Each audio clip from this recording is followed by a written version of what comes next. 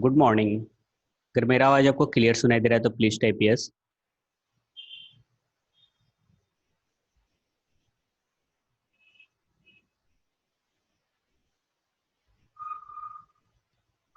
Thank you. Thank you. Start करते हैं हम लोग lecture. Question number 8। Question number 7 तक हो गया था, क्वेश्चन नंबर 8।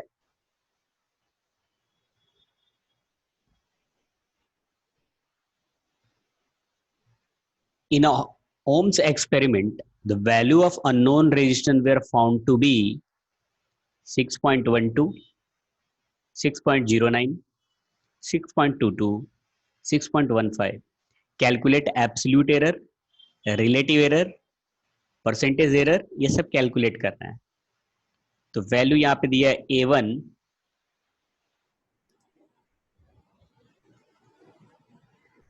6 वाला कौन है?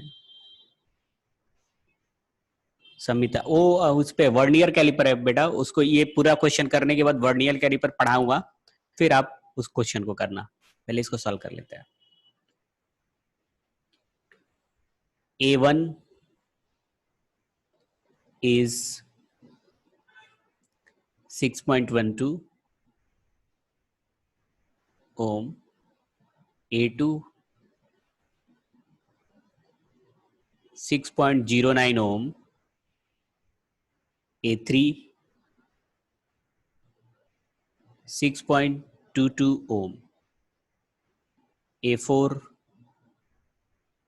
6.15 ohm। पहले हम लोग कैलकुलेट करते हैं मीन एरर। मीन एरर आप कैलकुलेशन आप ही लोग करना। Mean error A1 plus A2 plus A3 plus A4 by 4। ये कैलकुलेट करके बताओ कितना आ रहा है। A1 का वैल्यू यहां से पुट करेंगे, A2 का वैल्यू यहां से, A3 का वैल्यू यहां से, A4 का वैल्यू यहां से, डिवाइड बाई 4 करेंगे। सभी लोग बताओ ये कैलकुलेट करके कितना आंसर आ रहा है।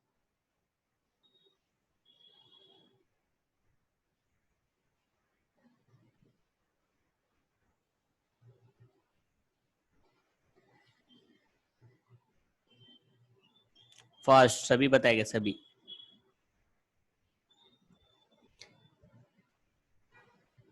A1 का वैल्यू यहां से पुट करेंगे, A2 यहां से। A1 है 6.12, A2 है 6.09, A3 है 6.22, A4 है 6.15 डिवाइडेड बाई 5। अब कैलसी से या मोबाइल से कर सकते कैलकुलेट।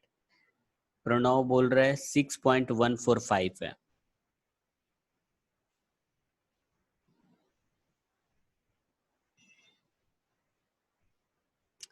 सबमिट 24 कैसे आएगा बेटा? डिवाइडेड बाई 4 भी है ना।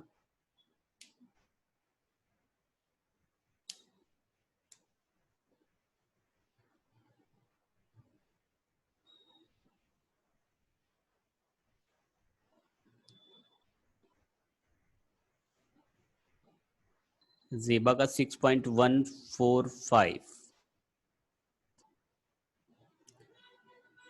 बाकी लोग भी कैलकुलेट करके बताओ, रिप्लाई करो फास्ट।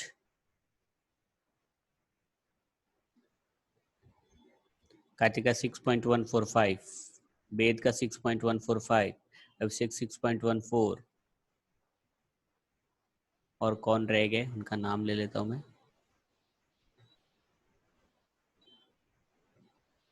सम्मित 6.15, तमन्ना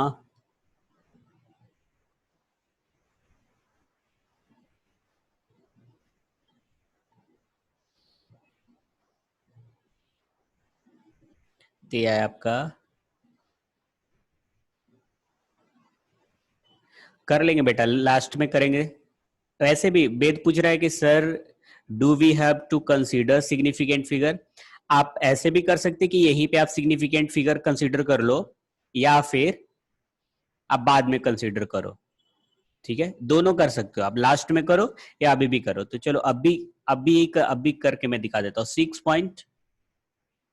6.1 45।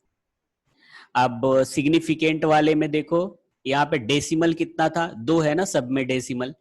एडिशन का रूल अपने पास है कि जब भी आप ऐड करते हैं तो डेसिमल के बाद मिनिमम नंबर होना चाहिए। यहाँ पे एडिशन कर रहे हैं तो डेसिमल के बाद यहाँ 2 नंबर, डेसिमल के बाद यहाँ पे भी 2, डेसिमल के बाद यहाँ पे भी 2, डेसिमल के बाद यहाँ पे भी 2। लेकिन जो अपना आंसर आया उसमें डेसिमल के बाद 3 नंबर है, इसको 2 में आप कन्वर्ट कर सकते हैं, 6.14 2 में। और राउंड ऑफ करना है, इसको राउंड ऑफ करना है तो सेम रूल, इसके बाद 0 नहीं है तो इसके पीछे वाले नंबर को देखेंगे, ये इवन है तो जैसा है वैसा ही लिख देंगे। ऐसा भी कर सकते हैं, या फिर सभी यहाँ पे कैलकुलेट करने के बाद लास्ट में भी हम लोग सिग्निफिकेंट कर सकते हैं। ओके ठीक है, अब आते हैं हम लोग एब्सोल्यूट एरर, डेल्टा A1।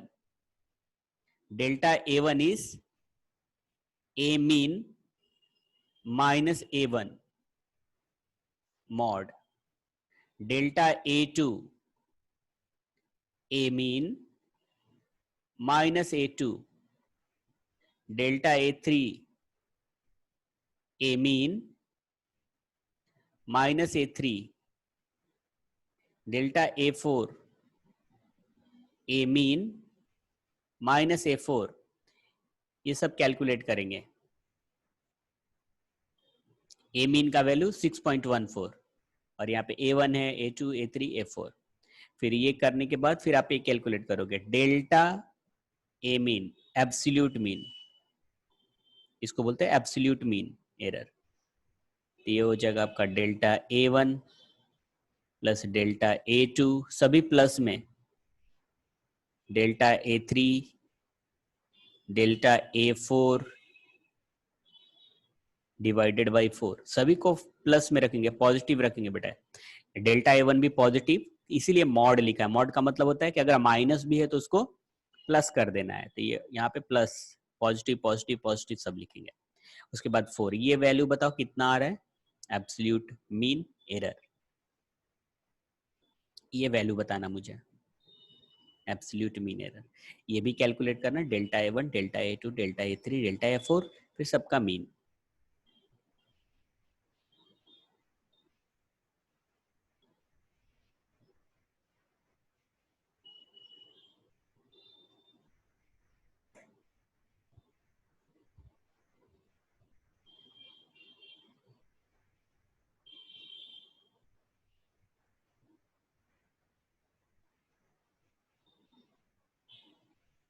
वाह, किसी का तो आ गया आंसर। जेबा का 0.04 आ रहा है, और किसी का, अभिषेक का भी 0.04।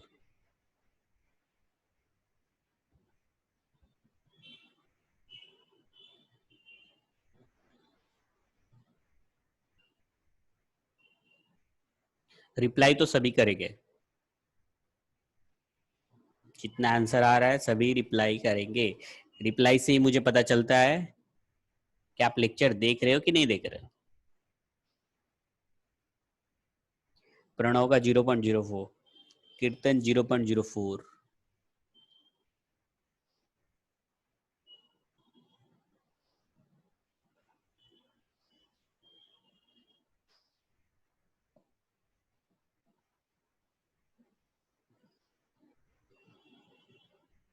तमन्ना का 0.04,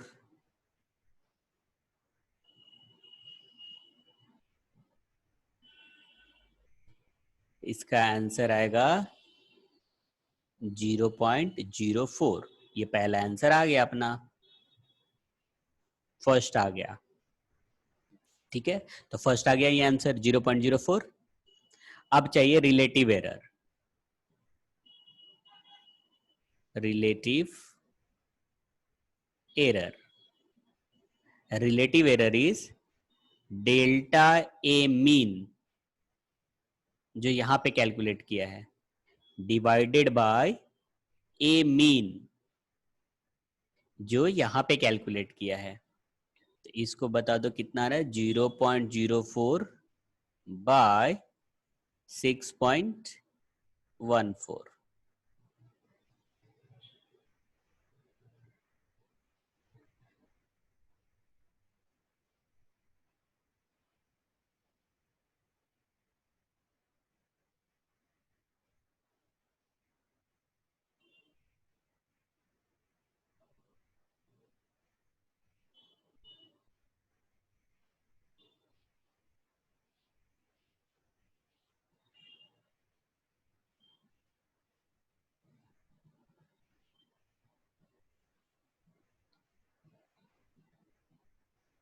ओके, जीबा का 0.0065, अभिषेक का भी सेम,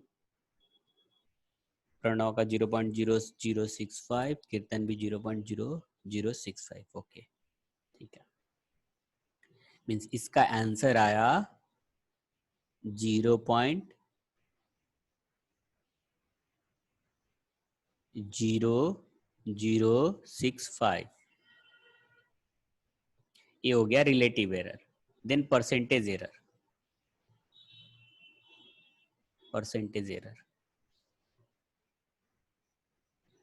percentage error is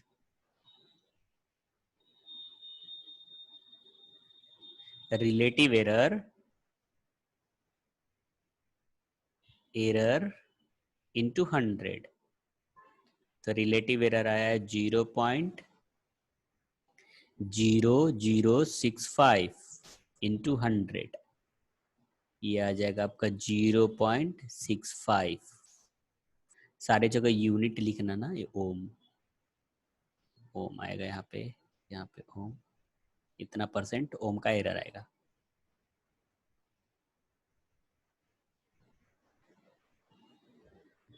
ठीक है, तो ये आंसर आ गया। नेक्स्ट आते हैं हम लोग क्वेश्चन नंबर 9 पे। अच्छा, यहाँ पे एक स्टूडेंट को डाउट हो सकता है, ऐसा डाउट तो नहीं होगा लेकिन फिर भी मैं बता देता हूँ आपको। अभी जैसे यहाँ पे कोई स्टूडेंट ऐसा बोल सकता है कि सर यहाँ पे डिवाइड वाला आपने रूल अप्लाई किया है, तो यहाँ पे सिग्निफिकेंट आप देखोगे तो यहाँ पे सिग्निफिकेंट 1 है, यहाँ पे सिग्निफिकेंट 3 है।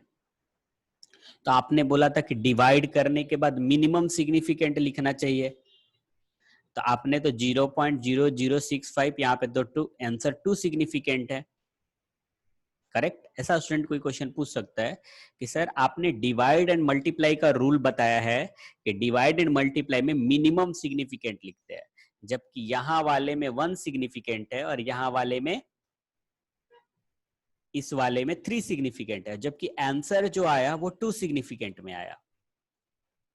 तो कैसे करें? क्योंकि देखो वैसा नहीं बेटा, जब आप इसको डिवाइड करोगे ना, देखो यहाँ पे, इसीलिए मैं यहाँ पे ये ऑपरेशन कर नहीं रहा था, ये वाला यहाँ पे सिग्निफिकेंट करके, यहाँ पे करोगे तो इसको डायरेक्टली आपको 6.145 ही लेके जाना है। अभी जो किया रॉन्ग नहीं, यहाँ ऐसा मत समझना कि ये रॉन्ग है, मैं बता रहा हूं कि ये करेक्शन कहां से आएगा। ये देखो 0.15, तो मीन की जगह पे आप 6.145 माइनस A1 लेना, फिर ए मीन का वैल्यू ये लोगे ना तो यहाँ पे आएगा, और जब इसको डिवाइड करोगे तो 0.04 और एक और नंबर यहाँ पे आएगा।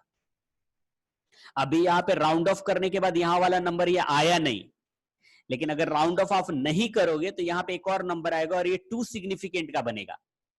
यहाँ पे 2 सिग्निफिकेंट का बनेगा, तो जो आंसर आ जाएगा वो फिर से 2 सिग्निफिकेंट में आ जाएगा, मिनिमम में ही आएगा। मींस अभी जो 0.04 लिखा है ना, 0.04 नहीं, एक और नंबर यहाँ पे रहेगा और फिर ये वैल्यू आएगा 0.0065। इसलिए अभी भी जो किया हम लोगों ने रॉन्ग नहीं है, ऐसे ही करना, ये भी रॉन्ग नहीं है। चलो आते हैं क्वेश्चन नंबर 9 पे।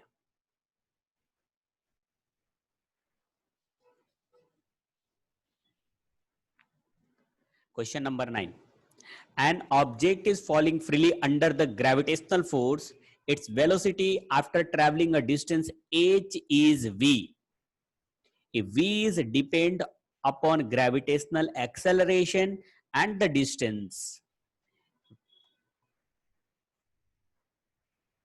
v depends on gravitational constant and the distance, x and y का वैल्यू फाइंड आउट करना है।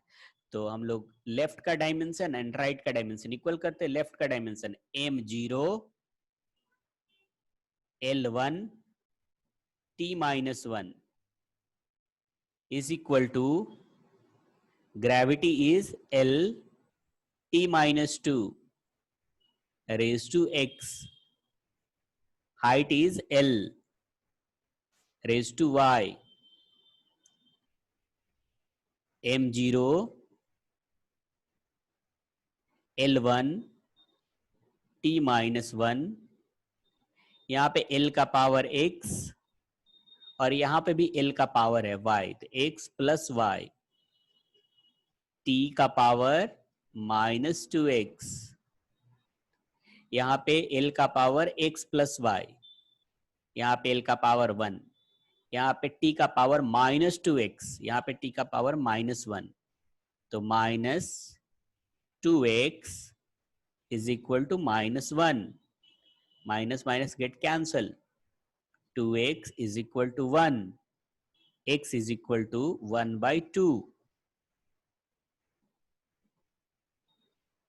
Now x plus y is equal to 1, x plus y is equal to 1, क्योंकि यहाँ पे l का पावर x plus y, यहाँ पे l का पावर 1, x का value 1 by 2, 1 by 2 plus y is equal to 1, y is equal to 1 minus 1 by 2, y is equal to 1 by 2, x and y का value मिल गया.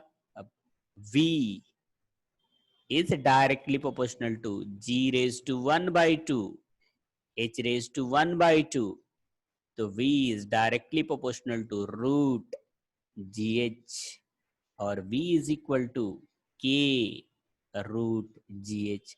k पता है ना, k ऐसे हम लोगों ने कांस्टेंट दिया है कि डायमेंशन कांस्टेंट वैल्यू नहीं बता पाता है, ये डिमेरिट है डायमेंशन का.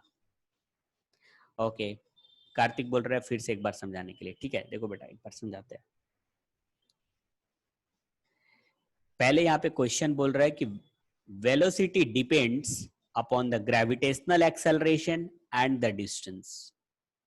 Velocity depend gravitational acceleration and the distance.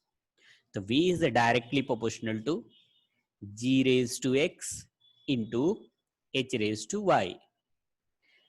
अगर ये फॉर्मूला करेक्ट है, the dimension of left side should be equal to dimension of right side. Dimension of left side, that is the dimension of velocity, is m0 l1 t minus 1 is equal to dimension of gravity is lt minus 2 raised to x into dimension of height is l raised to y. m0 l1 t minus 1 equal to l raised to x, and here is l raised to y, total l raised to x plus y into t raised to minus 2x. In right side, power of l is x plus y. In the left side, power of l is 1. Right side, power of t is minus 2x, and left side, power of t is minus 1. So, minus 2x should be equal to minus 1.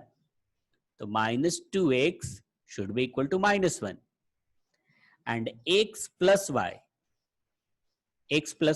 is equal to 1. Power of L in right side and power of L in left side. So x plus y is equal to 1. X is 1 by 2 plus y equal to 1. Y is equal to 1 by 2 right side minus 1 by 2. So 1 minus 1 by 2. Y is equal to 1 by 2. Then v is directly proportional to g raised to x, and value of x is 1 by 2 into h raised to y, and value of y is 1 by 2, h raised to 1 by 2.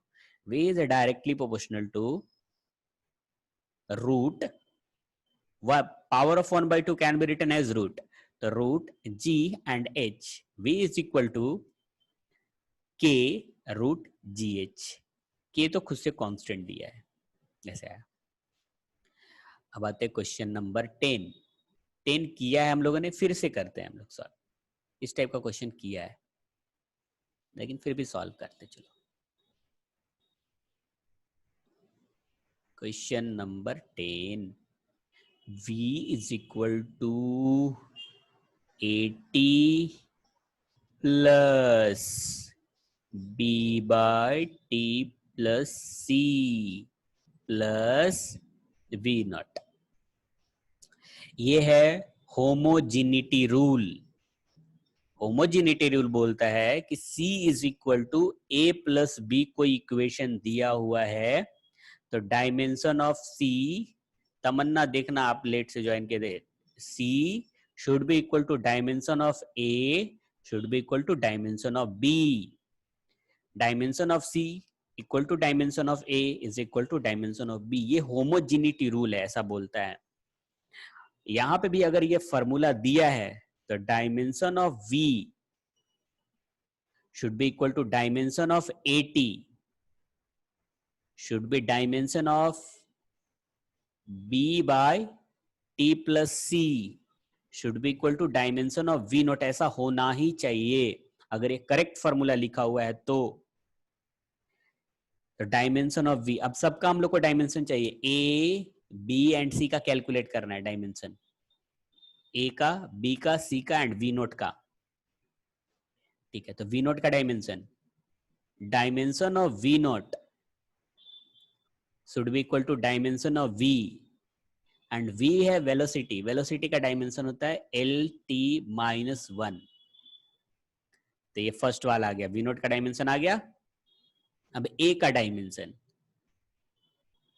AT is equal to V, A is equal to V by T, dimension of A, velocity dimension LT minus 1 by T, T ऊपर गया तो L T minus 1 into T minus 1 that is LT minus 2। A का भी dimension मिल गया। अब हम लोग को इसका डायमेंशन चाहिए। देखो बेटा, इसको ऐसे ही लिख लेते हैं, इसको थोड़ा समझना है यहाँ पे। V is equal to B by T plus C is equal to B by, इसको मैंने लिख लिया Y, चलेगा? लिखा है अभी Y ऐसे ही, T प्लस C को Y लिखा है, Y is equal to T plus C। अब यहां पे होमोजिनिटी रूल अप्लाई कर लेते हैं, dimension of Y should be equal to dimension of T should be equal to dimension of C। C का डायमेंशन मिल गया, C का डायमेंशन इज T, तो dimension of C is equal to dimension of T। C का तो dimension मिल गया, तो हम लोग को कौन कौन सा मिल गया, V नोट का मिल गया, A का मिल गया और C का मिल गया। अब एक चाहिए B का डायमेंशन, इसको भी कैलकुलेट कर लेंगे। देखो V is equal to B by Y, यहां से बेटा ये वाला लिखा, V is equal to B by Y, B by Y, Y का डायमेंशन है T। देखो यहाँ पे, अगर आप यहाँ पे देखोगे तो Y का डायमेंशन है T के इक्वल, तो Y की जगह पे T लिख लिया, तो B is equal to, T को इधर ले जाते हैं तो V into T, B is equal to velocity dimension LT minus 1 into T, T and T get cancel, dimension of B is equal to dimension of L। आ गया सबका dimension, B का आ गया, C का आ गया, A का आ गया और V नोट का आ गया। अब भी इसमें किसी को ये क्वेश्चन में नहीं समझा होगा तो रिप्लाई करेगा, मैसेज करेगा, sir once again, once more, मैं समझा दूंगा।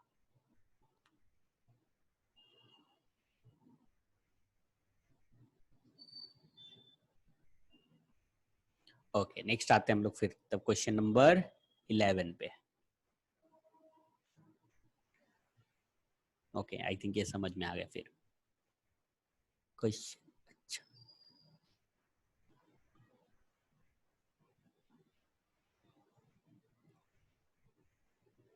ओके, फिर से एक बार एक्सप्लेन कर दे। ठीक है, चलो कार्तिक बोल रहा है एक बार और। ठीक है,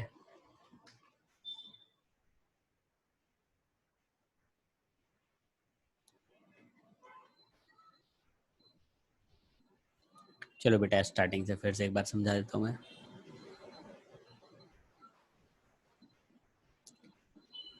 क्वेश्चन अपने पास ये दिया है, v equal to A T plus B divided by T plus C plus V nought. Dimension find out करना है ए का, बी का, सी का और वी नॉट का। अप्लाई किया होमोजेनिटी रूल।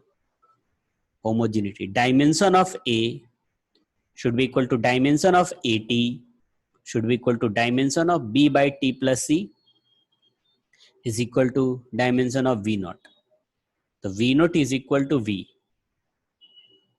तो V का डायमेंशन LT माइनस 1, ये तो मिल गया। AT, अभी इसका आते, AT is equal to V, AT is equal to V, A is equal to V by T, A is equal to V का dimension LT minus 1 divided by T, T ऊपर गया, ये हो गया LT minus 2।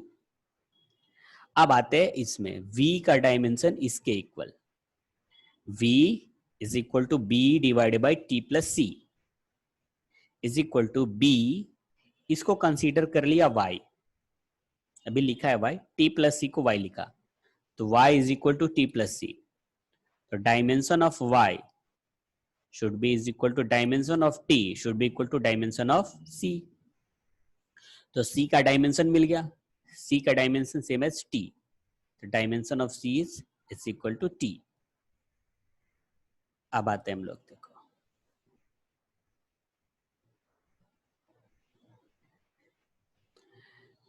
v is equal to b by y और y की जगह पे लिख लिया t,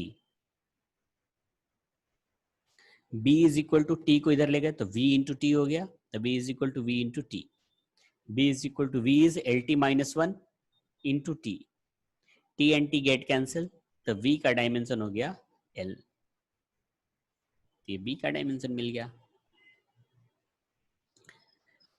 अब आते हैं question number 11।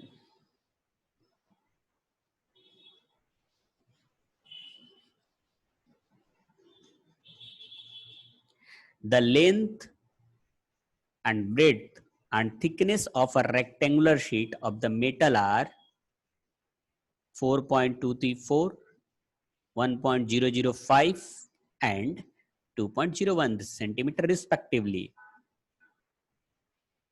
Give the area and volume of the sheet। ठीक है, तो पहले हम लोग 11,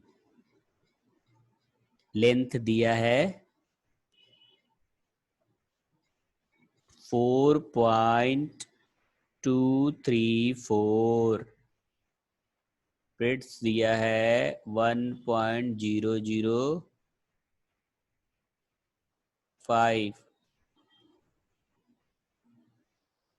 और हाइट दिया है या थिकनेस दिया है 2.01 सेंटीमीटर है ये, और ये दोनों मीटर है। इसको कन्वर्ट कर लेते हैं बेटा, 2.01 इंटू 10⁻², मीटर में कन्वर्ट कर लिया। ओके, अब आते area. Area is equal to length into breadth. Length is 4.234 into 1.005। ये कैलकुलेट करके बताओ बेटा, आंसर आ रहा है या नहीं आ रहा है। आप इसके आंसर पे मत जाना, आंसर रॉन्ग भी हो सकते हैं। आप कैलकुलेट करके बताओ कितना आ रहा है, प्रॉपर सिग्निफिकेंट में बताना है। बोला है करेक्ट सिग्निफिकेंट, तो इसमें सिग्निफिकेंट है 1 2 3 4, इसमें भी है 1 2 3 4, दोनों में 4 सिग्निफिकेंट है। आंसर 4 सिग्निफिकेंट में बताना है, तो मल्टीप्लाई करके बताओ कितना आ रहा है। आंसर भी 4 सिग्निफिकेंट में होना चाहिए, कैलसी से मल्टीप्लाई करना पड़ेगा। मल्टीप्लाई 4.234 इंटू 1.005, इसको मल्टीप्लाई करने पे आ रहा है 4.25517, लेकिन हम लोग को 4 सिग्निफिकेंट में चाहिए, बस इतना। राउंड ऑफ करना पड़ेगा, तो राउंड ऑफ करने के लिए 5 से छोटा नंबर है तो डायरेक्टली हटा देना है इसको। तो आंसर आ गया 4.255। ओके, अब आते हैं volume. Volume is equal to length into breadth into height या thickness. Length is 4.234 into 1.005 into thickness is 2.01 into 10 raised to minus 2। इसको मल्टीप्लाई करो, कितना आता है?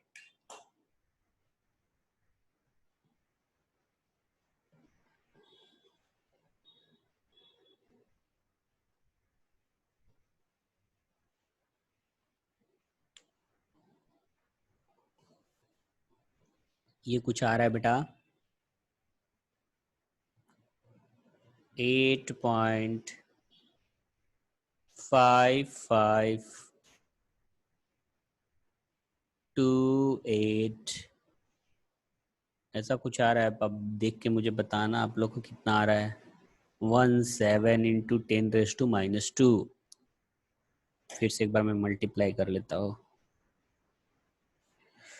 4.234 into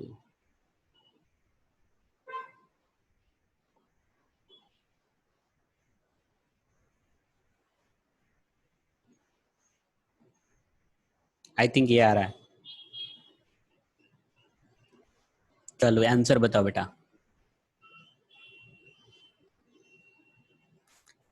आंसर बताओ, आंसर बताओ, आंसर बताओ, आंसर बताओ। करेक्ट आंसर कितना? करेक्ट आंसर कितना?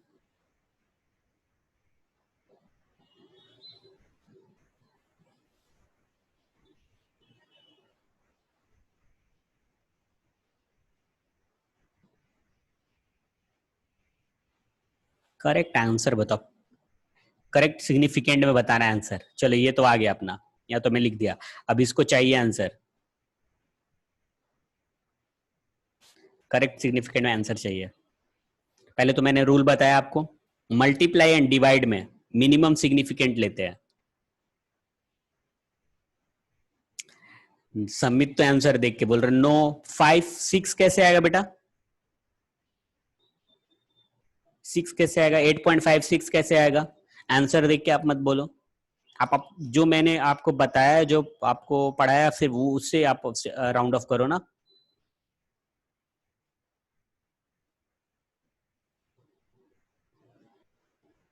आंसर 3 सिग्निफिकेंट में चाहिए। हाँ वेरी गुड। 3 सिग्निफिकेंट में चाहिए ना। आप आंसर देख के क्यों बोल रहे हो? आप आंसर हम लोग को 3 सिग्निफिकेंट में चाहिए, क्योंकि यहाँ पे 4 है, 4 है, यहाँ पे 3 है। तो हम लोग को मिनिमम सिग्निफिकेंट 3 में चाहिए। तो 3 तो यहाँ तक आया, और ये 5 से छोटा है। ये 5 से छोटा है तो इसको हटा देना है डायरेक्टली। तो ये हो जाएगा 8.55 into 10 raise to minus 2। Answer wrong दिया है। 8.56 नहीं आएगा, 8.55 आएगा। ठीक है। ये न्यू वाले बुक में इसमें आंसर बहुत सारे में रॉन्ग है।